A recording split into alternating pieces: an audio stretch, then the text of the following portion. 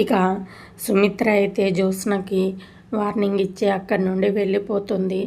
ఇక జ్యోత్స్న కార్తీక్ ముందు తన పరువు పోయింది అని అలాగే చూస్తూ తను కూడా అక్కడి నుండి వెళ్ళిపోతుంది.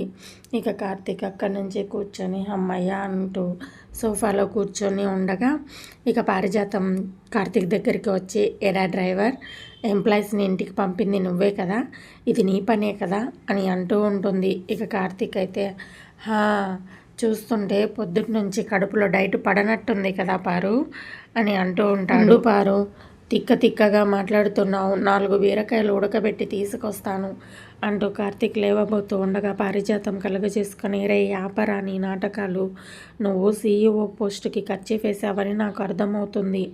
పెద్ద ఆయన బుట్టలకు వేసుకొని జ్యోత్స్నని CEO పోస్టు నుండి తప్పించి ఆ ప్లేస్లోకి నువ్వు వెళ్ళాలనుకుంటున్నావు కదా, నాకు అర్థమయ్యిందిలే అని పారిజాతం అంటూ ఉంటుంది.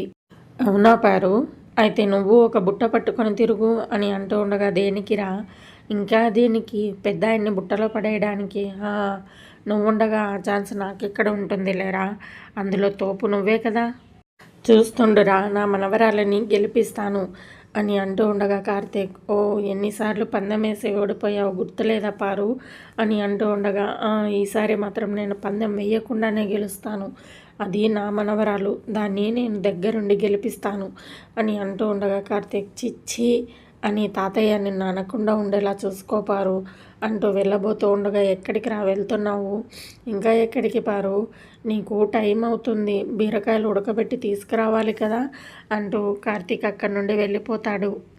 ఇక పారిజాతం అయితే తన మనసులో ఇలా అనుకుంటూ ఉంటుంది, అరే నా మనవరాలు చిక్కుల్లో పడిందే, ఆ సమస్యల నుండి తనను ఎలాగైనా నేను కాపాడాలి, తన పోస్టుని తనకు ఇప్పించేలా చూడాలి, తనకు నేను ఏదైనా సహాయం చేయాలి, కానీ ఎలా అని ఆలోచిస్తూ ఉంటుంది. ఇక మరోవైపు కిచెన్లో దీప కూడా ఆలోచిస్తూ ఉంటుంది. సుమిత్ర అన్న మాటలను తలుచుకుంటూ ఉంటుంది. నమ్మకం అన్నది ఒక్కసారి కోల్పోయామంటే దాన్ని కాపాడుకోవడానికి జీవితకాలం సరిపోదు అని జ్యోత్స్నకు తిట్టిన మాటలు దీప గుర్తు చేసుకుంటూ ఉంటుంది. ఇక ఇంతలో కార్తీక్ కిచెన్లోకి వస్తూ, ఏంటి మరదల, కిచెన్లో నుండి గుమగుమలు రావట్లేదు, వంట చేయట్లేదా అని అంటూ ఉండగా, నేను ఇంకా వంట మొదలు పెట్టలేదు బావా అని అంటూ ఉంటుంది. అయినా హాల్లో నుండి నువ్వు వచ్చేసావు కానీ దీప, లేకపోతే ఎంత మంచి సీను మిస్ అయ్యావో తెలుసా అని అంటూ ఉండగా, అవును నేనంతా విన్నాను బావా అని అంటూ ఉండగా, అత్తయ్య అన్న మాటలు విన్నావా అని కార్తీక్ అడుగుతూ ఉండగా, అవును అమ్మ అన్న మాటలు నేను విన్నాను బావా అని అంటూ ఉంటుంది దీప. దీప, నీకో విషయం తెలుసా, నువ్వు ఎలాగైతే జ్యోత్స్నకు చెప్పావో అత్తయ్య కూడా అవే మాటలు జ్యోత్స్నకు చెప్పింది. అయినా ఎంతైనా ఇద్దరు తల్లి కూతుర్లు కదా, అలాగే మాట్లాడతారు అని కార్తీక్ అంటూ ఉండగా, ఇక దీప అయితే, బావా నేను ఆ మాటల గురించి ఆలోచించట్లేదు, అమ్మ చివరిలో మాట్లాడిందే ఆ మాటల గురించి ఆలోచిస్తున్నాను అని అంటూ ఉండగా, చివరి మాటలా, ఏంటి అవి, అమ్మ జ్యోత్స్నకు చెప్పింది కదా నమ్మకం గురించి, ఆ మాటలు అవి నాకు వర్తిస్తాయి కదా బావా, ఒక్కసారి నమ్మకం పోయిందంటే తిరిగి కాపాడుకోవడానికి జీవితకాలం సరిపోదు అంది, నా విషయంలో కూడా అదే జరుగుతుంది కదా బావా అని అడుగుతూ ఉంటుంది దీప. అవునా, అది నీకెలా వర్తిస్తుంది అని కార్తీక్ అడుగుతూ ఉండగా, నేను కూడా అమ్మ దగ్గర నమ్మకం కోల్పోయాను కదా బావా అని అంటూ ఉండగా, కానీ నిజాయితీని కోల్పోలేదు కదా మరదల అని కార్తీక్ అంటూ ఉంటాడు.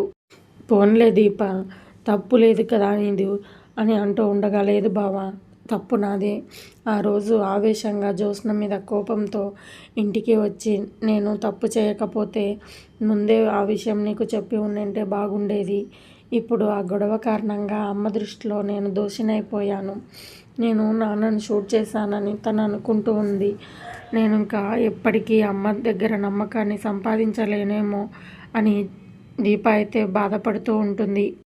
నేను ఎవరో తెలియనప్పుడే నన్ను కన్న కూతుర్లా చూసుకుంది మా అమ్మ, అలాంటి మా అమ్మ ప్రేమకు నేను దూరం అయిపోతున్నాను బావా, నేను దోషిలా మిగిలిపోతున్నాను అని అంటూ ఉండగా, అవన్నీ కొద్ది రోజులే మరదలా, ఎల్లకాలం ఉండవు, నా మాట విను అని కార్తీక్ అంటూ ఉంటాడు.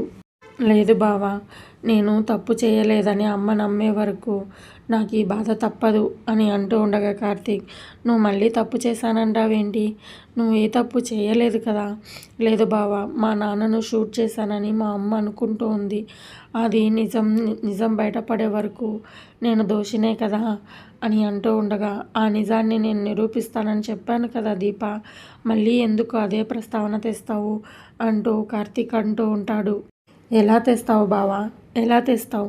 నువ్వు తెచ్చే ఏ సాక్ష్యము మా అమ్మకు నా మీనున్న ద్వేషాన్ని పోగొట్టదు అని దీప అంటూ ఉండగా, ఇక కార్తీక్ అయితే ఇలా అంటూ ఉంటాడు.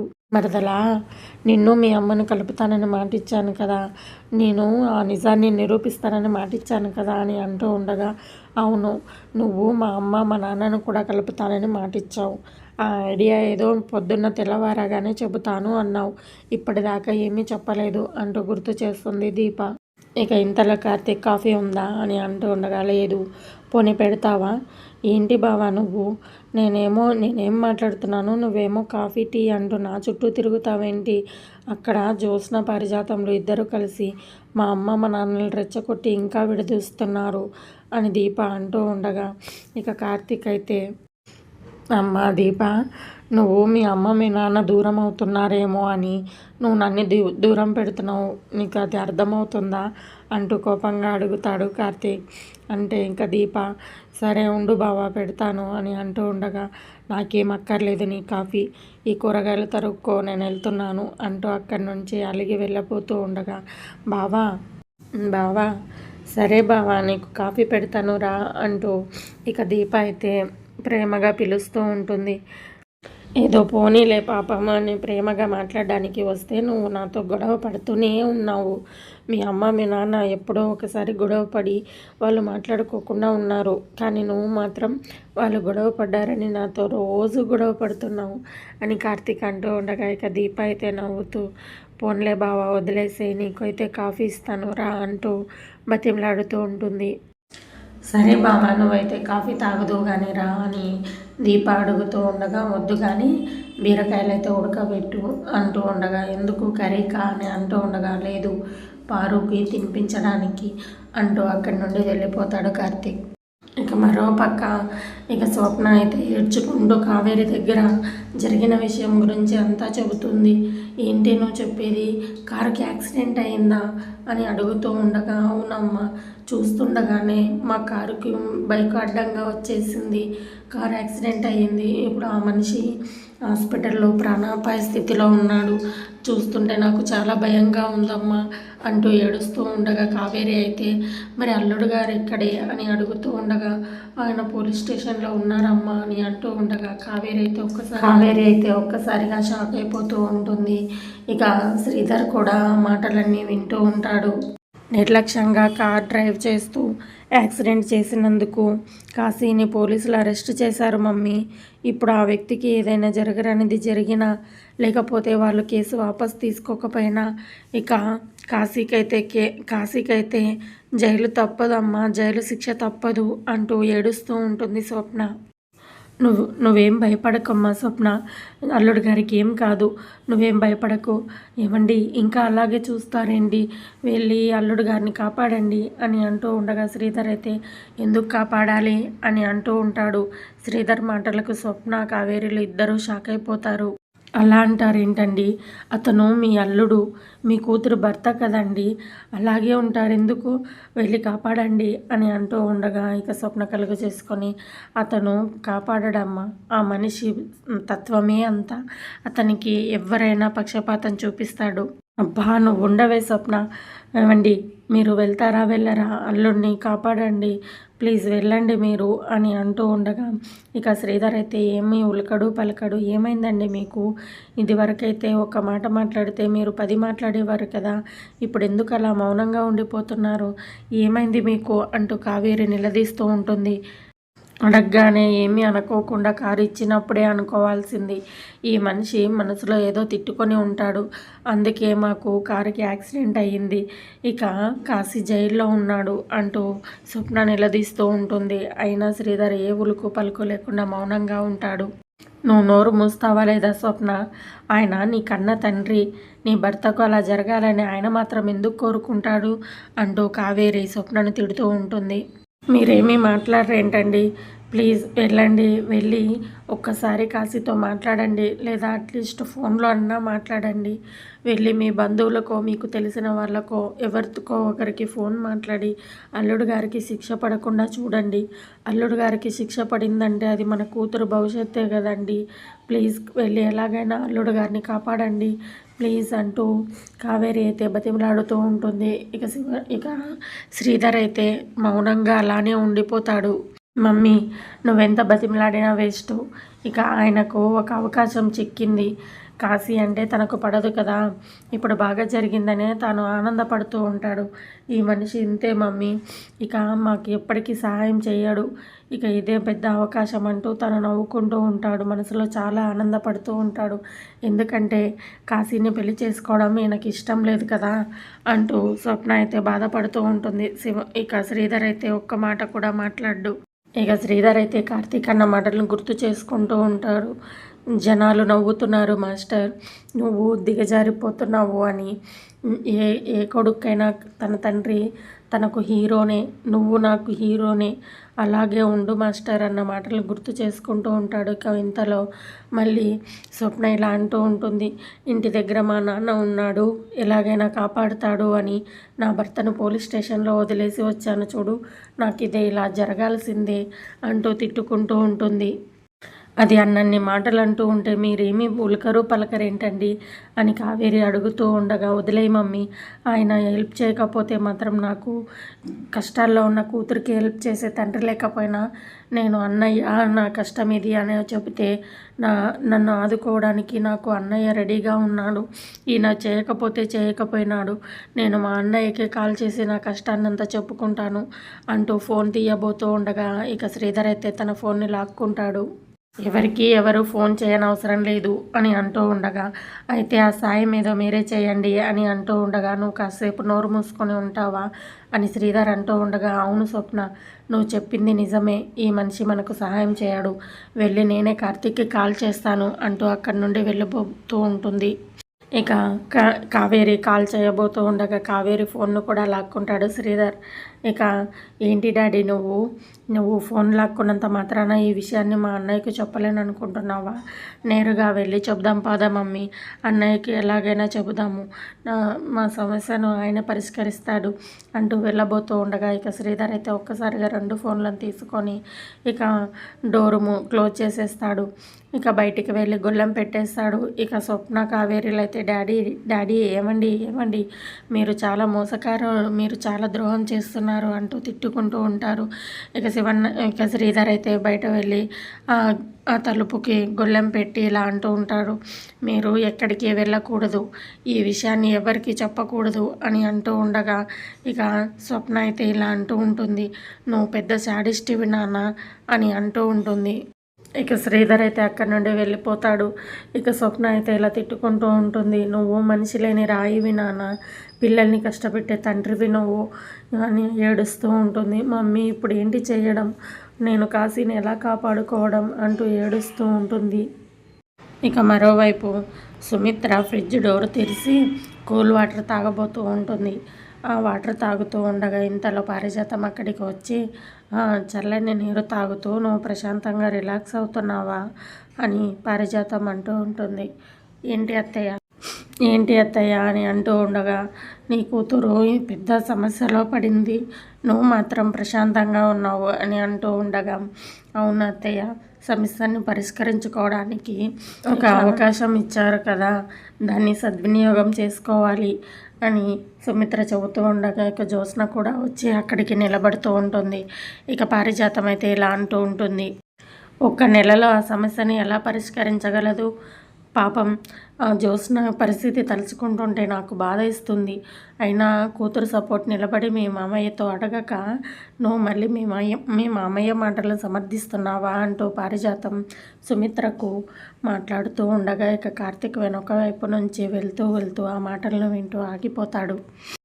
నెల రోజుల్లో ఈ సమస్యను ఎలా పరిష్కరించుకోవాలో అని ఆలోచించాల్సింది జ్యోత్స్న. మీరెందుకు అంతలా బాధపడిపోతున్నారు అని సుమిత్ర అంటూ ఉండగా, నేను నీలాగా వదిలేయలేను కదా, అందుకే ఆలోచించి బాధపడుతున్నాను అంటూ పారిజాతం వెటకారంగా మాట్లాడుతూ ఉంటుంది.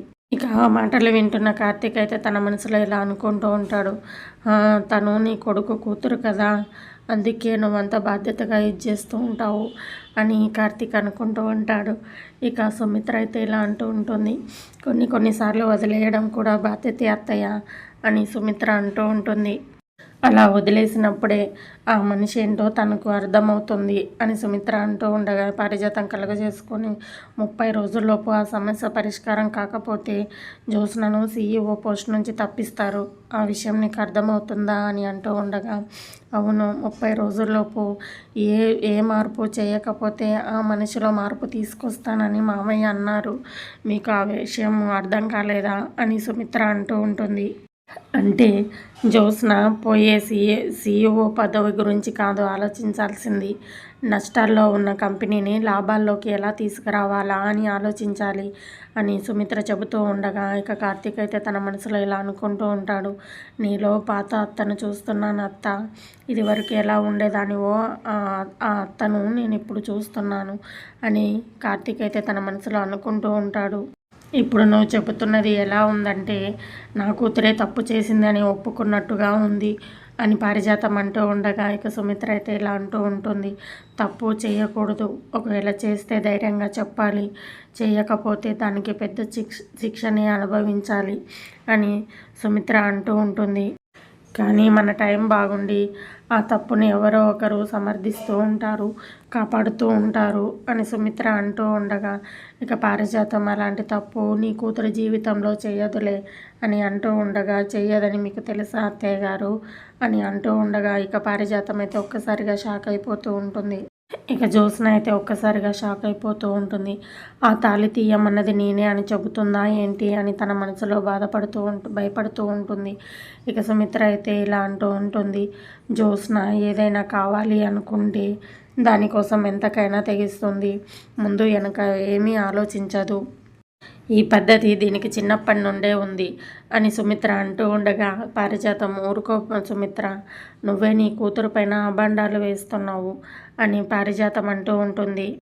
ఇవి అభాండాలు కాదు అత్తయ్య గారు, బయట వాళ్ళు అనకపోయినా మనలో మనమైనా నిజాలు మాట్లాడుకోవాల్సిందే. అత్తయ్య, మీకో విషయం గుర్తుందా, ఇది చిన్నప్పుడు కలువ పూల కోసం కార్తీక్ని కొలోన్లో దింపడం మీకు గుర్తుందా అని గుర్తు చేస్తూ ఉంటుంది సుమిత్ర. ఇక ఇదంతా చూస్తున్న కార్తీక్ అయితే తన మనసులో ఇలా అనుకుంటూ ఉంటాడు. అదృష్టం అంటే నాదే అత్త, నేను చేయాలనుకున్న పనిని నువ్వు చేసి చూపిస్తున్నావు అని అనుకుంటూ ఉండగా, ఇక సుమిత్ర అయితే ఇలా అంటూ ఉంటుంది. కార్తీక్కి నీళ్ళంటే భయము, అది తెలిసి కూడా తనకు కలువ పూలు కావాలని కార్తీక్ని ఆ నీటిలోకి దింపింది. పూల కోసం వాడిని నీళ్ళలో దింపింది. వాడు నీళ్ళలో మునిగిపోయాడు. ఇది మాత్రం నా దగ్గరకు పరిగెత్తుకుంటూ వచ్చి, అమ్మ బావ నీళ్ళల్లో మునిగిపోయాడు అంటూ నా దగ్గరకు వచ్చి చెప్పేలోపు నా కూతురంత వయసున్న అమ్మాయే కార్తీక్ను కాపాడింది. నా కూతురి కారణంగా నా మేనల్లుడి ప్రాణాలు పోయాయి అంటే అది తట్టుకొని నేను బ్రతకగలనా? జీవితాంతం ఆ నిందను మోస్తూ నా కూతురు బతకగలదా? మన కుటుంబంతో ఏమాత్రం సంబంధం లేని ఒక అమ్మాయి కాపాడి ఏమీ ఆశించకుండా వెళ్ళిపోయింది. అలాంటి వాళ్ళ మంచి కూడా మనల్ని చెడ్డవాళ్ళని చేయకుండా కాపాడుతుంది అని సుమిత్ర అంటూ ఉండగా, ఇక ఇంతలో కార్తీక్ అయితే అక్కడికి వస్తూ, చాలా బాగా చెప్పారు చిన్నమేడం గారు అని అంటూ ఉండగా, ఇక సారీ, మీరు నా గురించే మాట్లాడుతున్నారు కాబట్టి నేను మిమ్మల్ని కాసేపు అత్తయ్య అని పిలవచ్చా అని అడుగుతూ ఉంటాడు కార్తీక్. ఇక ఇంతలో పారిజాతం కలగజేసుకొని, చాటుగా వినడాలు ఎప్పటి నుండి అలవాటు చేసుకున్నావో అని అడుగుతూ ఉండగా, మీరేమీ బెడ్రూమ్లో తలుపులు వేసుకొని మాట్లాడుకోవట్లేదు పారు, ఇది హాల్లోనే మాట్లాడుకుంటున్నారు. అటు ఇటు తిరిగే వాళ్లకు మీ మాటలు స్పష్టంగా వినిపిస్తాయి పారు అని అంటూ ఉండగా, వినపడితే వినపడనీలే, మేమేమి అంత మాట్లాడకూడని మాటలేమీ మాట్లాడడం లేదు కదా అని అంటూ ఉండగా, మరి అలాంటప్పుడు నన్ను ఎందుకు అనడం అని కార్తీక్ అంటూ ఉంటాడు. ఇప్పుడు నువ్వు మాట్లాడడం అవసరమా బావా అని అంటూ ఉండగా, అవసరం ఉంది, ఇప్పుడు నేను అత్తయ్యతో ఒక మాట చెప్పాలి. ఎప్పుడో నా చిన్నప్పుడు నా ప్రాణాలు కాపాడిన ప్రాణదాత గురించి అత్తయ్యకి ఎప్పటినుంచో చెప్పాలనుకుంటున్నాను. అది ఇప్పటికి కుదిరింది అని అంటూ ఉండగా ఇక జ్యోత్స్న అయితే ఒక్కసారిగా షాక్ అయిపోతూ ఉంటుంది. పారిజాతం, ఏంటి నువ్వు ఇంకా ఆ పిల్లను మర్చిపోలేదా అని అడుగుతూ ఉండగా, లేదు ఆ పిల్లని మర్చిపోలేదు, తన గుర్తుగా దాచుకున్న ఈ లాకెట్ను కూడా మర్చిపోలేదు అని జోబులో నుండి లాకెట్ తీస్తూ ఉండగా పారిజాతం నవ్వుతూ ఉంటుంది. ఏంటి ఈ పావుల లాకెట్ను గుర్తుగా దాచుకున్నావా అని అడుగుతూ ఉంటుంది. ఇక కార్తీక్, ఇది నీకు పావుల లాకెట్ ఏమో కానీ ఇది నాకు నా ప్రాణదాత లాకెట్ అని అంటూ ఉండగా సుమిత్ర అయితే ఆనందంగా ఫీల్ అవుతూ ఉంటుంది. ప్రాణం పోసిన వ్యక్తిని దేవుడితో సమానం అంటారు, మరి ఆ అమ్మాయి దేవతతో సమానమే కదా అని అంటూ ఉండగా ఇక జ్యోత్స్న అయితే ఒక్కసారిగా షాక్ అయిపోతూ ఉంటుంది. అది సరే, ఈ లాకెట్ని నీ దగ్గర ఎందుకు ఉంచుకున్నావు అని పారిజాతం అడుగుతూ ఉండగా, ఏనాటికైనా ఆ అమ్మాయి ఎదురుపడితే ఈ లాకెట్ గుర్తుగా చూపించి తనకు ఏదైనా సహాయం చేసి తన రుణం తీర్చుకుంటానని వీడు ఆ రోజే చెప్పాడు అత్తయ్య అని సుమిత్ర అంటూ ఉంటుంది. కానీ వీడు మరీ ఇలా ఇంతకాలం దాచుకుంటాడని నేను అనుకోలేదు అని సుమిత్ర అంటూ ఉండగా జ్యోత్స్న కలుగజేసుకొని, ఎంతకాలం దాచుకుంటే ఉపయోగం ఏముందిలే మమ్మీ, వాళ్ళు మళ్ళీ కనపడతారో లేదో అని జ్యోత్స్న అంటూ ఉంటుంది. ఆ అమ్మాయి కనపడితే అని అంటూ ఉండగా, ఇంపాసిబుల్ అని జ్యోత్స్న అంటుంది. కాదు, కనపడితే అని కార్తీక్ అడుగుతూ ఉండగా, అది అంత సాధ్యం కాని పని లేరా అని పారిజాతం అంటూ ఉంటుంది. కాదు, కనబడితే ఏంటి అని కార్తీక్ అడుగుతూ ఉండగా సుమిత్ర కలుగజేసుకొని, కనబడితే ఆ అమ్మాయికి నేనే థ్యాంక్స్ చెప్పి తను ఏదైనా సహాయం కావాలని అనుకుంటే ఆ సహాయాన్ని నేనే దగ్గరుండి చేస్తాను అని సుమిత్ర చెబుతూ ఉంటుంది. అంతేకాదు, ఈ లాకెట్ని నేనే స్వయంగా ఆ అమ్మాయి మెడలో వేస్తాను అని సుమిత్ర అంటూ ఉండగా పారిజాతం కలుగజేసుకొని, నువ్వు వేస్తావు కరెక్టే, ఇంతకీ ఆ పాప ఎవరో తెలియాలి కదా అని పారిజాతం అంటూ, అమ్మాయి ఎవరో తెలిసింది పారు అని అంటూ ఉండగా ఇక పారిజాతం ఒక్కసారిగా కంగారు అవుతూ ఉంటుంది. ఆ అమ్మాయి ఎవరో తెలిసింది అని అంటూ ఉండగా ఇక జ్యోత్స్న కలుగజేసుకుని, ఏంటి ఆ అమ్మాయి ఎవరో తెలిసిందా, నీ ప్రాణదాత ఎవరో తెలిసిందా అని అడుగుతూ ఉండగా, కలిసింది కూడా అని కార్తీక్ చెబుతూ ఉంటాడు. మరి కలిస్తే ఈ లాకెట్ తనకెందుకు ఇవ్వలేదు అని పారిజాతం అడుగుతూ ఉంటుంది. అప్పుడు ఈ లాకెట్ నా దగ్గర లేకుండే పారు అని అంటూ ఉండగా ఇక సుమిత్ర కలుగజేసుకొని, రే కార్తీక్, ఆ అమ్మాయి ఎవరో నీకు తెలుసా, ఎక్కడ ఉంటుంది అని అడుగుతూ ఉండగా, మా ఇంట్లోనే అని అంటూ ఉండగా ఒక్కసారి అందరూ షాక్ అయి చూస్తూ ఉంటారు. అదే మా ఇంట్లో కాదు, మా వీధిలో ఉంది అని కార్తీక్ చెబుతూ ఉండగా, రే కార్తీక్, నన్ను ఒకసారి తన దగ్గరకు తీసుకెళ్ళు అని అంటూ ఉండగా, లేదత్తయ్య, మీరు అడిగితే మీ దగ్గరికి తననే రప్పిస్తాను అని అంటూ ఉండగా, లేదు, మనకు సాయం చేసిన వాళ్ళకి మనమే స్వయంగా వెళ్ళి కృతజ్ఞత చెప్పాలి, నేనే వస్తాను అని ఇక సుమిత్ర అంటూ ఉండగా పారిజాతం అయితే ఇలా అంటూ ఉంటుంది. ఒకసారి ఆలోచించు సుమిత్ర, ఆ అమ్మాయి ఉండేది కార్తీక్ వాళ్ళ ఇంటి సందుల్లోనే అంట. నువ్వు వెళ్ళాలి అంటే కాంచన దగ్గరికే వెళ్ళాలి. మరి కాంచన ఏమో ఇప్పుడు నీతో మాట్లాడదాయే, జరిగిన గొడవ అలాంటిది. మరి ఎలా వెళ్తావు? పోనీ కాంచనకు తెలియకుండా వెళ్ళాలి అంటే కాంచన మీ ఆయనకు చెప్పకుండా ఉండదు కదా అని పారిజాతం అంటూ ఉంటుంది. మనసులో ద్వేషం పెట్టుకొని కావాల్సికే నా చెల్లెల దగ్గరికి వెళ్ళలేదని మీ ఆయన అనుకుంటాడు, మళ్ళీ గొడవ కాస్త పెద్దదిగా అవుతుంది అని ఇక పారిజాతం అంటూ ఉండగా సుమిత్ర అయితే ఆలోచనలో పడుతుంది. కార్తీక్ అయితే ఇలా అడుగుతూ ఉంటాడు, ఇంకా ఏంటి పెద్ద కాలజ్ఞానం తెలిసిన దానిలా మాట్లాడుతున్నావు పారు, నువ్వు ఉండు కాసేపు అంటూ, అత్త, మనము నా ప్రాణాన్ని కాపాడిన ప్రాణదాత దగ్గరికి ఎప్పుడు వెళ్దాము అని అడుగుతూ ఉండగా ఇక సుమిత్ర అయితే, మళ్ళీ ఎప్పుడైనా వీలున్నప్పుడు వెళ్దాం లేరా అంటూ అక్కడి నుండి వెళ్ళిపోతుంది. నువ్వు కాసేపు కూడా ఊరికే ఉండలేవు కదా పారు, నీకు ఈసారి అల్లం జ్యూస్ ఇవ్వాల్సిందే అని కార్తీక్ అంటూ ఉండగా జ్యోత్స్న కలుగజేసుకొని, బావా, నీ ప్రాణదాత ఇప్పుడు ఎలా ఉంది, నేను తనను చూడాలి అంటే ఎందుకు అంటే ఒకసారి థ్యాంక్స్ చెప్పాలి అని జ్యోత్స్న అంటూ ఉంటుంది. నువ్వు ఇప్పుడు కలిసినా కూడా తనకు థ్యాంక్స్ చెప్పలేవులే అని అంటూ ఉండగా, ఎందుకు బావా అంటే కొన్ని జాతకాలు అంతేలే అంటూ కార్తీక్ అక్కడి నుండి వెళ్ళిపోతాడు.